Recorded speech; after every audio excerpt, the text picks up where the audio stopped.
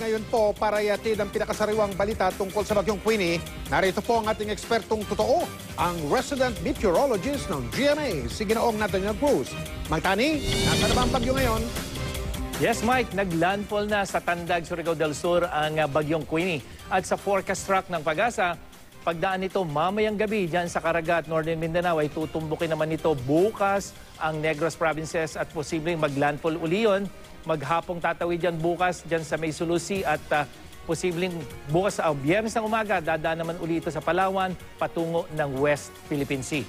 Nakataas ang public storm warning signal number 1 dyan sa mga probinsya ng Surigao del Norte kasama ang Siargao Island, Surigao del Sur, Agusan del Norte, Agusan del Sur, Davao del Norte, Davao Oriental, Compostela Valley, Dinagat Province, dyan sa may Camiguin, Misamis Oriental, Misamis Occidental, Bukidnon at Zamboanga del Norte.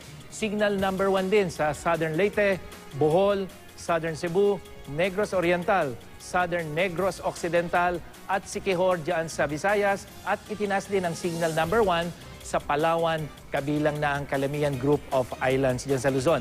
Manatiling IM ready po mga kapuso doon sa mga binanggit nating lugar sa malalakas na ulan at bugso ng hangin at sa banta ng flash floods at landslides. At delikado rin pong pumalaot yung mga maliliit na sakyang pandagat sa mga baybayin dyan.